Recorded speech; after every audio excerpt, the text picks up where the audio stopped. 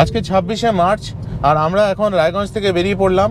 আজকে আমাদের last leg of the জার্নিতে আমরা যাচ্ছি। এখান থেকে আমরা কলকাতায় যাচ্ছি আর এখন ঘড়িতে বাজে 9:30।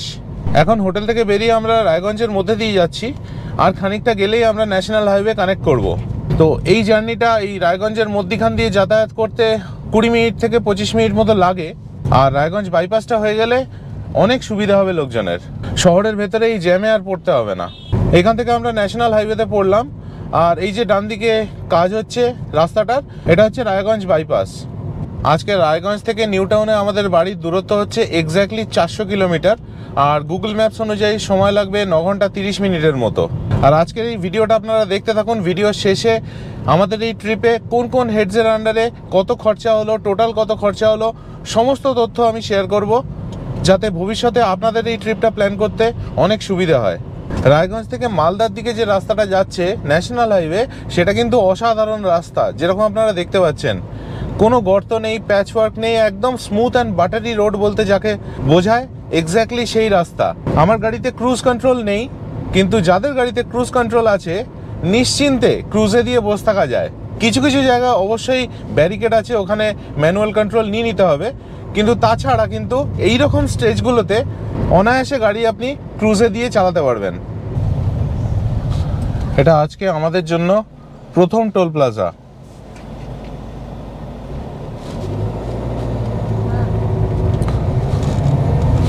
একটু আগে আমরা গাজল ক্রস করে এলাম আর আমরা এগিয়ে যাচ্ছি এখন মালদার দিকে। আমরা এখন মালদা বাইপাস অ্যাপ্রোচ করছি আর এই যে ডান দিকে দেখতে পাচ্ছেন, এটা হচ্ছে পরদেশি ধাবা, যেখানে আমরা আগের দিন শিলিগুড়ি যাওয়ার সময় লাঞ্চ করেছিলাম।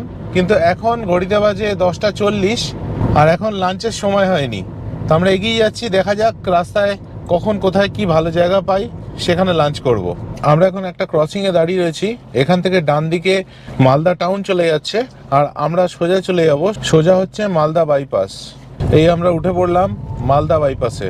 মালদা বাইপাসের অবস্থা খুব ভালো, খুবই ভালো কন্ডিশনে রয়েছে, চালিয়ে প্রচণ্ড মজা পাই এই মালদা বাইপাসের ওপর। মালদা বিখ্যাত হচ্ছে আমের জন্য।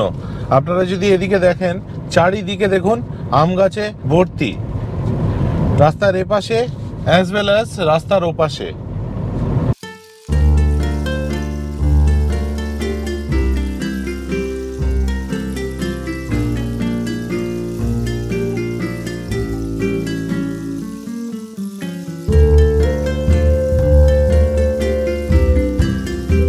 আমরা ফারাক্কার থেকে এখন 28 কিলোমিটার দূরে আছি। আমরা এখন সুজাপুর ক্রসিং পার হচ্ছি। তো কপালটা ভালো যে এখানে আটকাতে হলো না, গ্রিন সিগন্যাল পেয়ে গেলাম, বেরিয়ে গেলাম। এই জায়গাটা এবং কালিয়াচক মোড় দুটো জায়গায় বিভৎস জ্যাম হয়। তো একটা পার হয়ে গেলাম, দেখা যাক কালিয়াচকে কি অবস্থা থাকে। আর এখান থেকে ফারাক্কা 21.5 কিলোমিটার। একটু আগে অনিন্দিতার সঙ্গে কথা হচ্ছিল যে এইরকম যদি রাস্তা থ্রু আউট কলকাতার থেকে শিলিগুড়ি অবধি থাকতো, তাহলে সকালে হয়তো ব্রেকফাস্ট করে বিকেলের মধ্যে কি সন্ধ্যের মধ্যে শিলিগুড়ি ঢুকে যাওয়া যেত। কি অসাধারণ হতো ব্যাপারটা, একবার জাস্ট ভেবে দেখুন। এখন বাজে 11:12 আর আমরা পৌঁছে গেছি কালিয়াচক। কিন্তু যেরকম দেখতে পাচ্ছেন একটু জ্যাম আছে, দেখা যাক কত তাড়াতাড়ি এগোতে পারি। লরির লাইনটা একটু বেশিই আছে, তবে স্লোলি মুভিং ট্রাফিক, মানে একদম দাঁড়িয়ে রয়েছে সেরকম নয়, আস্তে আস্তে মুভ করছে। বেশিক্ষণ দাঁড়াতে হলো না, 3-4 মিনিটের মধ্যে কালিয়াচক মোড় ক্রস করে আমরা বেরিয়ে যাচ্ছি। আমরা আগের মোড়টা দিয়ে ক্রস করে বেরিয়েছিলাম খুব ভালোভাবে, কিন্তু পরের মোড়টা এসে আবার একটুখানি জ্যাম পেলাম। আস্তে আস্তে গাড়ি চলছে, কিন্তু এখানে জ্যামটা আরও বেশি বেড়ে যাচ্ছে এই বাঁদিকে ভুলভালভাবে গাড়িগুলোকে দাঁড় করানোর জন্য। টোটো, অটো, ভ্যানও মানে সব রাস্তার ওপর দাঁড় করিয়েছে। ওপাশে রাস্তার থেকে দূরে জায়গা রয়েছে, কিন্তু তাতেও এরা সব রাস্তার ওপর দাঁড় করিয়ে রেখেছে। হাফ রাস্তা ব্লকড শুধু পার্কিংয়ে। যাই হোক, 5-6 মিনিট দাঁড়ানোর পর এবার কালিয়াচক ক্রস করে বেরিয়ে এলাম। এবার আশা করি আর জ্যাম থাকবে না, একটু তাড়াতাড়ি এগোতে পারবো।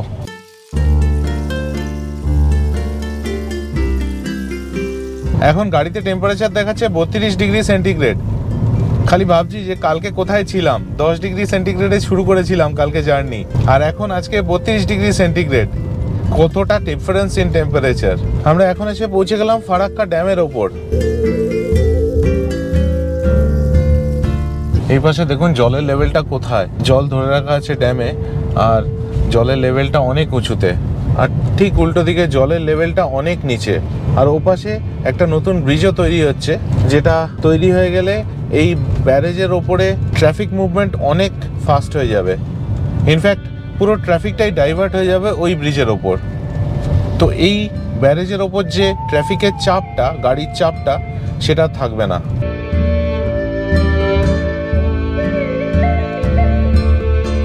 আবার আমরা লাকি ফারাক্কা ব্যারেজ ক্রস করতে করতে আমরা একটা ট্রেনও দেখতে পেলাম, একটা মালগাড়ি যাচ্ছে উল্টো দিকে। এই দৃশ্যটা সব থেকে সুন্দর লাগে। আর মালগাড়িটা চলে গেল আর আমরাও চলে এলাম ব্রিজের অপর প্রান্তে। নেমে যাচ্ছি আমরা ফারাক্কা ব্যারেজ থেকে।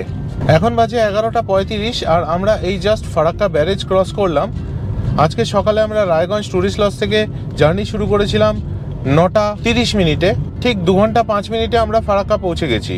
আমার প্রথমে ইচ্ছে ছিল ফারাক্কার আশেপাশে কোথাও লাঞ্চটা করে নেওয়ার, কিন্তু এখন যা সময় হয়েছে তাতে আমাদের খিদে পায়নি, লাঞ্চ করার সময় এখন হয়নি। তো দেখা যাক, আমরা এগিয়ে যাচ্ছি। বহরমপুরের আশেপাশে কোথাও যদি কোনো ভালো হোটেল পাই বা ধাবা পাই, সেখানে লাঞ্চটা করে নেব। আর আপনারা যদি এই রাস্তায় কখনো আসেন, একটা জিনিসের খেয়াল সবসময় রাখবেন, কিন্তু এইখানে কিন্তু প্রচণ্ড লোকে রং সাইড দিয়ে গাড়ি চালায়। কাজেই যখন এখানে আসবেন খুব কেয়ারফুলি ড্রাইভ করবেন এই রাস্তায়। যারা আসেন তারা তো জানেনই, নতুন করে তাদেরকে কিছু আর বলার নেই। রাস্তা ভালো, কিন্তু প্রচুর লোকে রং সাইড দিয়ে আসেন গাড়ি নিয়ে।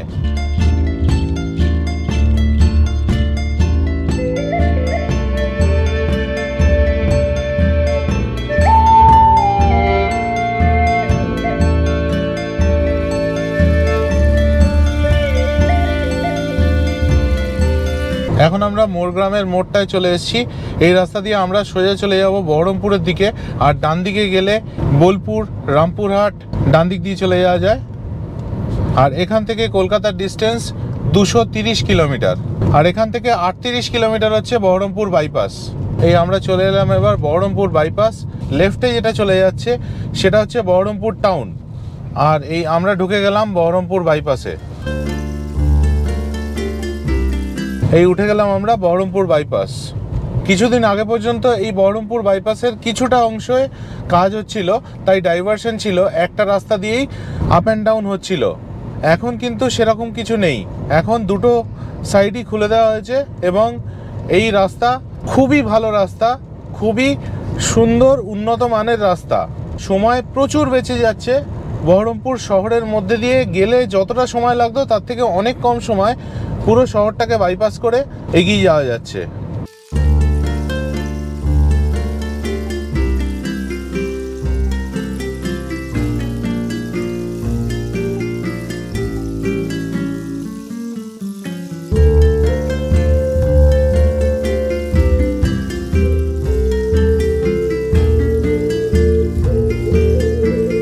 এখন আমরা কৃষ্ণনগরের দিকে এগিয়ে যাচ্ছি। বহরমপুর কিছুক্ষণ আগে ছেড়ে চলে এসেছি। এই রাস্তাটার একটা প্রবলেম হচ্ছে যে এই রাস্তাটায় মাঝে মধ্যেই কিছু কিছু স্ট্রেচ করে সিঙ্গেল লেন হয়ে যাচ্ছে, মানে একই রাস্তা দিয়ে যাতায়াত দুটোই হচ্ছে। আবার খানিকটা যেতেই আবার ডাবল লেন হয়ে যাচ্ছে, কিন্তু কিছু কিছু জায়গা খুবই কনজেস্টেড এবং সিঙ্গেল লেন। আমরা এখন পলাশিতে দাঁড়িয়ে আছি, সময় হয়েছে 2টো। আর এখানে একটা ভালো হোটেল পেয়ে গেছি, নাম হচ্ছে ভোজন রসিক। এখানে আমরা লাঞ্চটা করে নেব। সুন্দর পার্কিংয়ের ব্যবস্থা আছে। এই যে ন্যাশনাল হাইওয়ে, তার পাশেই এই হোটেল, এখানে পার্কিং। আর ওই হচ্ছে হোটেল, নাম হচ্ছে ভোজন রসিক। বাহ, ভেতরটা প্রচণ্ড গ্রিন, কি সুন্দর দেখুন, প্রচণ্ড সবুজ ভেতরটা। আমার তো এখানে ঢুকেই মনটা ভরে গেল।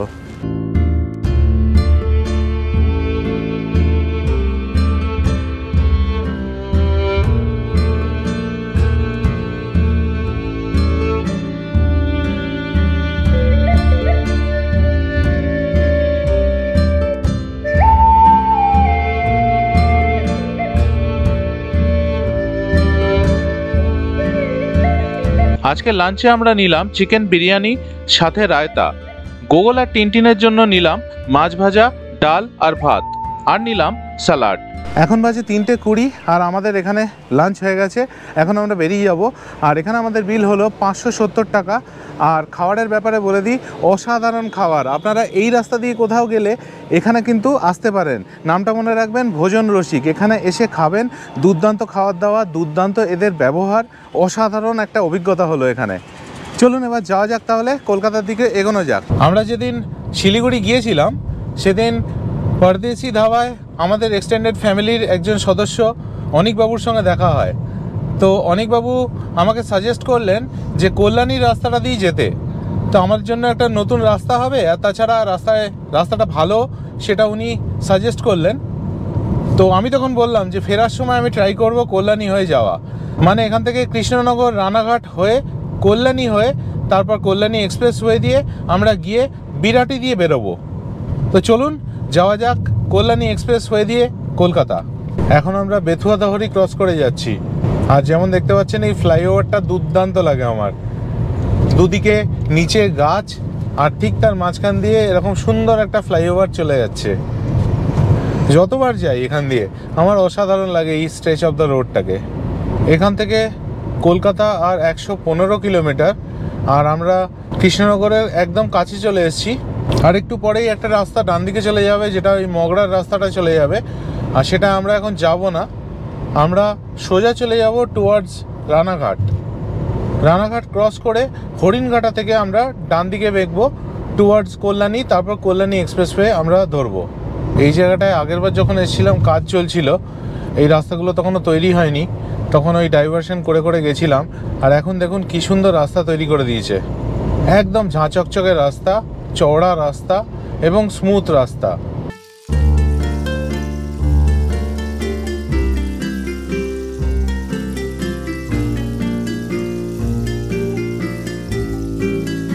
এই ফ্লাইওভারটা আমরা এখন ক্রস করে যাচ্ছি। আর এই ফ্লাইওভারের নিচ দিয়ে যে ডান দিকে রাস্তাটা সোজা চলে যাচ্ছে, সেটা গিয়ে আলটিমেটলি কালনা গুপ্তিপাড়া হয়ে মগরা যাবে। এই রাস্তাটায় ঢুকে তো পড়লাম, এত ভালো রাস্তা দেখে জানি না কত তাড়াতাড়ি পৌঁছাতে পারবো। আর সামনে আশা করি কোনো জ্যাম হবে না, দেখা যাক। কি রাস্তা তৈরি করেছে একবার দেখুন, পাগল হয়ে যাচ্ছি। কি রাস্তা, তুখোড় রাস্তা। ওফ, কত তাড়াতাড়ি যে এইরকম রাস্তা কলকাতার থেকে দেখতে পাবো কে জানে। আশা করি খুব তাড়াতাড়ি হবে সেটা। ওফ, ভাবা যায় না যদি এরকম রাস্তা, সকালবেলা বাড়ি থেকে বেরোলাম কলকাতার থেকে, তারপর এই রকম রাস্তা থ্রু আউট চলে গেল পুরো শিলিগুড়ি অবধি। আহা হা, আমার ভেবেই কীরকম একটা লাগছে। ওফ, আমরা রানাঘাট পৌঁছে গেছি। এখন সময় হলো 4:45। আর এতক্ষণ সত্যি কথা বলতে কোথাও কোনো জ্যাম পাইনি। জাস্ট এই রানাঘাটে এসে এখন এই প্রথমবার জ্যামে ফাঁসলাম। তবে এটা মুভিং ট্রাফিক, এটা এগিয়ে যাচ্ছে। এইখানটা রাস্তার অবস্থা একটু খারাপ আছে যেমন দেখতে পাচ্ছেন, কারণ হচ্ছে কাজ চলছে ওপরে আর নিচ দিয়ে সব গাড়ি যাচ্ছে। তো ওই জন্য এখানে রাস্তায় প্রচণ্ড ধুলো আর গর্ত রয়েছে। আমরা এখন রানাঘাট ফ্লাইওভারের ওপর দিয়ে ক্রস করছি, একটা পার্ট কিন্তু খুলে দিয়েছে। তো ওই জন্য আমাদের আর ভেতর দিয়ে ঘুরে কিংবা নিচ দিয়ে আসতে হচ্ছে না, একটা স্ট্রেচ অফ দ্য রোড খুলে দিয়েছে। সেই জন্য আমরা খুব অনায়াসই ক্রস করে গেলাম রানাঘাট। যা রাস্তার অভিজ্ঞতা হলো আজকে আফটার কৃষ্ণনগর। আর কোনোদিন উত্তরবঙ্গ বা সিকিম যেতে হলে আমি মগরা ধরছি না কিন্তু। এই যা রাস্তা দেখে নিলাম, তুখোড় রাস্তা। এরপরে কলকাতার থেকে ডাইরেক্ট এই রাস্তায় আসবো। এবার তখন চেক করব যে বারাসাতের রাস্তাটা ঠিকঠাক নাকি কল্যাণীর রাস্তাটা ঠিকঠাক। ঠিকঠাক ইন দ্য সেন্স ফাঁকা কোনটা তখন ওই টাইমে থাকবে, সেটার উপর ডিসাইড করে হয় কল্যাণী দিয়ে এদিকে আসবো, নয়তো বারাসাত দিয়ে এদিকে আসবো। কিন্তু মগরায় আজ যাচ্ছি না, অতখানি ঘোরার কোনো মানে হয় না। মগরার রাস্তা কিন্তু ভালো, কিন্তু অতখানি ঘোরার কোনো মানে হয় না।